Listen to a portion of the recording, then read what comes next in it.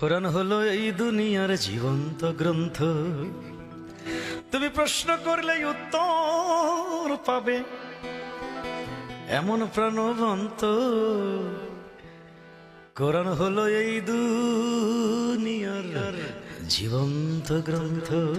উনি বলবেন কেন?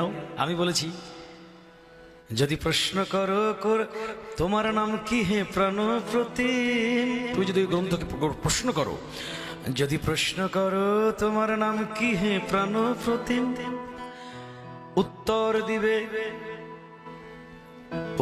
দিবে ইন্নাহুলা কুরআনুন কারীম।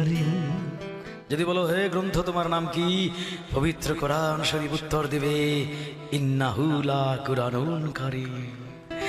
যদি বলো কোরআন তোমার দেশের বাড়ি কই, বলবে সে লৌহিক মাহফুজ ঠিকানাহীন নয়।